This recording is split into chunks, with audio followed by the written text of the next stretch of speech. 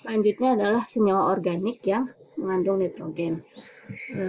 Ada apa saja? Di sini ada amina, kemudian amida. Amina itu NH ya.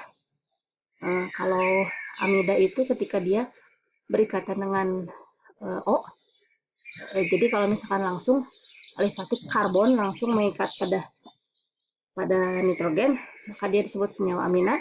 Ketika karbonil maksudnya ada RCO, kemudian biasanya dia mengikat OH atau O lagi di si karbonnya, ini malah mengikat NH, maka disebut amina.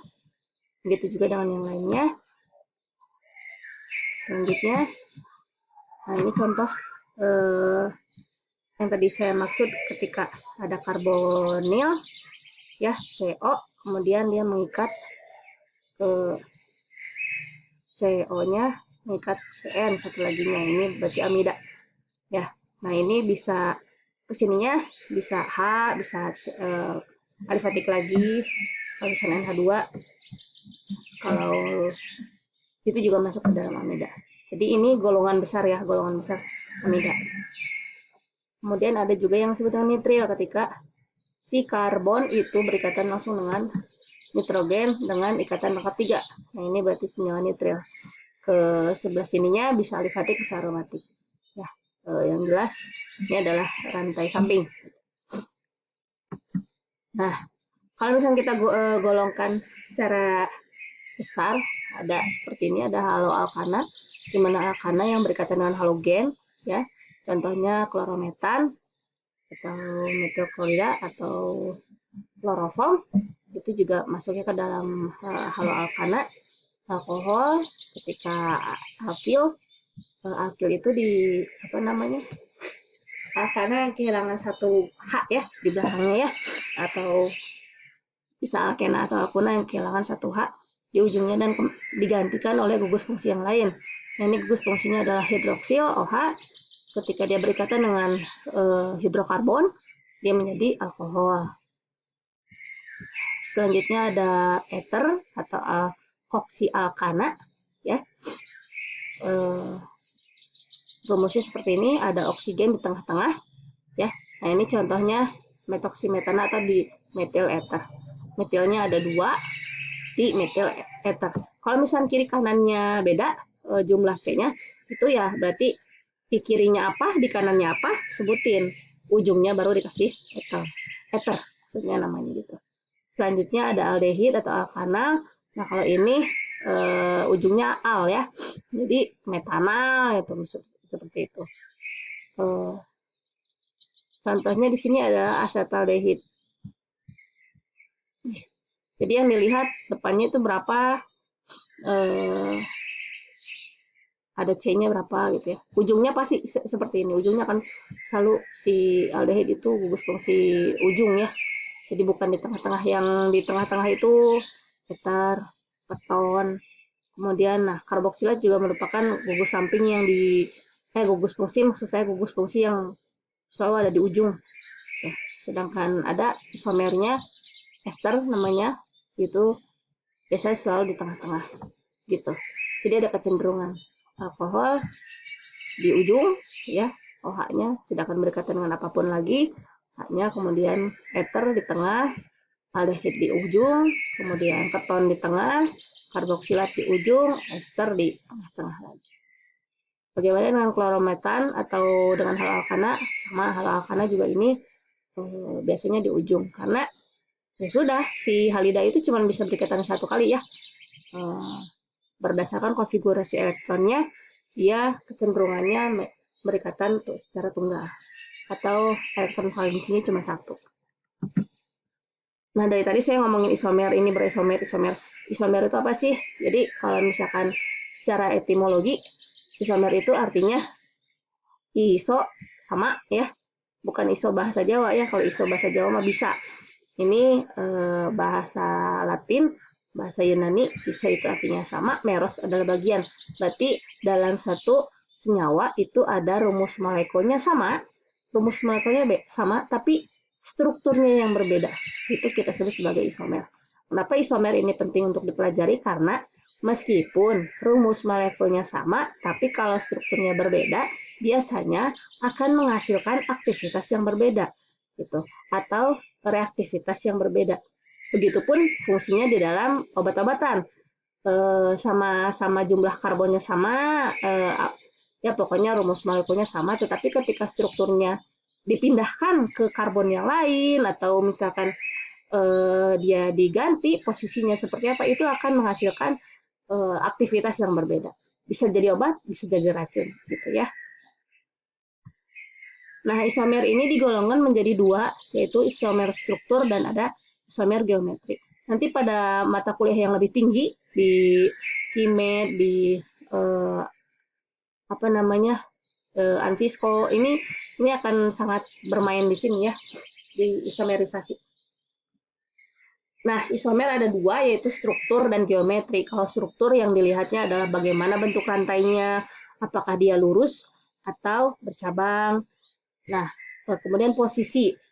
Posisinya seperti apa, posisi gugus fungsinya di mana, di atom karbon yang nomor berapa, atau misalkan posisi si gugus fungsinya apakah dia bercabang atau di rantai lurus. Kemudian fungsional. Ada beberapa gugus fungsi yang berisomer. Jadi ada pasangan-pasangannya. Jumlah karbon, karbon, hidrogen, oksigen segitu itu tuh belum tentu alkohol. Kan ya? Jadi nanti ada namanya isomer fungsional. Kemudian ada isomer geometri. Kalau geometri berarti berdasarkan ruang ya, berdasarkan ruang 3 dimensi. Jadi ada yang namanya isomer cis trans, kemudian nanti ada lagi isomer EZ, ada lagi isomer apa ya, enantiomer. Nah itu berdasarkan dari geometri. Dan ada isomer optik. Kalau isomer optik berarti kemampuan dia terhadap benda-benda optik ya, seperti cermin atau cahaya. Apakah dia bisa ketika ditembak oleh cahaya, apakah dia si karbonnya berputar atau tidak. Nah itu disebut dengan isomer geometri. Kalau cistran itu posisinya gugus fungsinya sejajar atau berseberangan.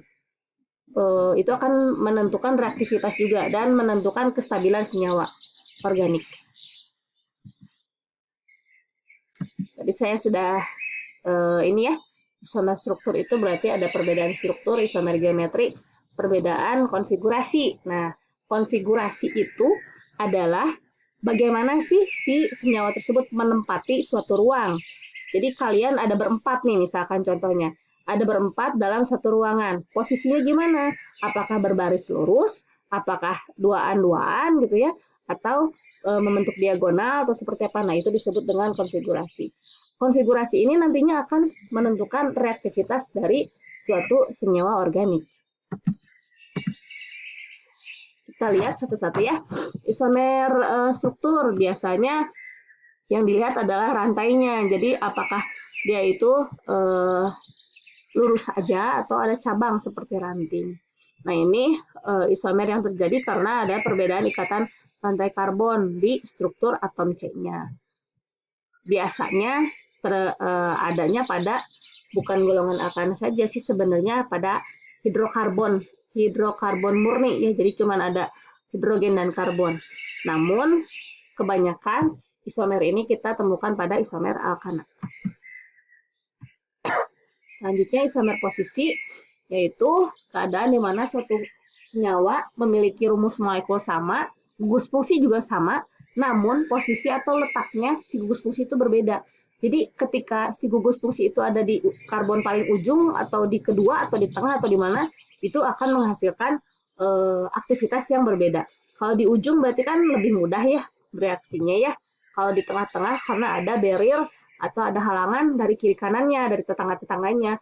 Nah, itu nanti yang akan berpengaruh pada reaktivitas suatu senyawa organik. Selanjutnya ada isomer fungsional. Nah, isomer fungsional ini adalah senyawa yang mempunyai rumus molekul sama, tapi gugus fungsinya beda.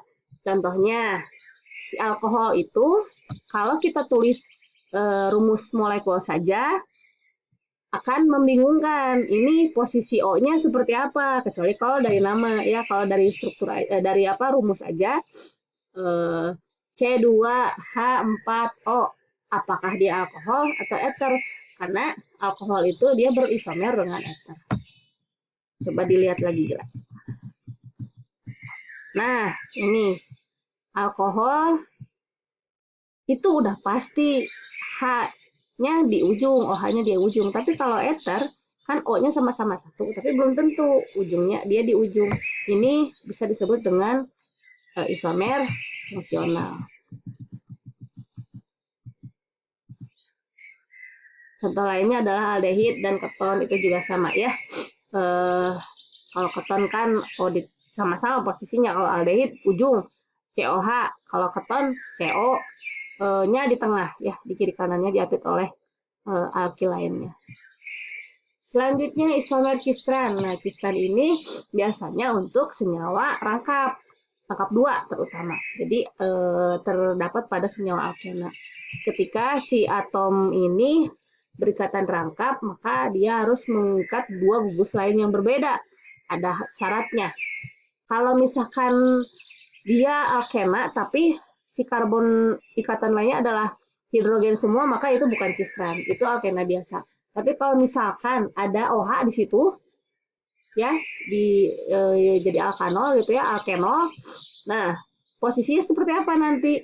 Apakah si OH-nya itu berseberangan atau sejajar dengan gugus fungsi lainnya? Dari sini nantinya akan memperlihatkan sifat kecenderungan suatu struktur dalam suatu ruang.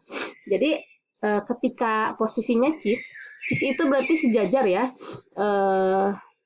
Itu biasanya akan lebih cenderung kalian bayangkan ada satu buku di atasnya ada benda yang lebih berat, di bawahnya benda yang lebih ringan.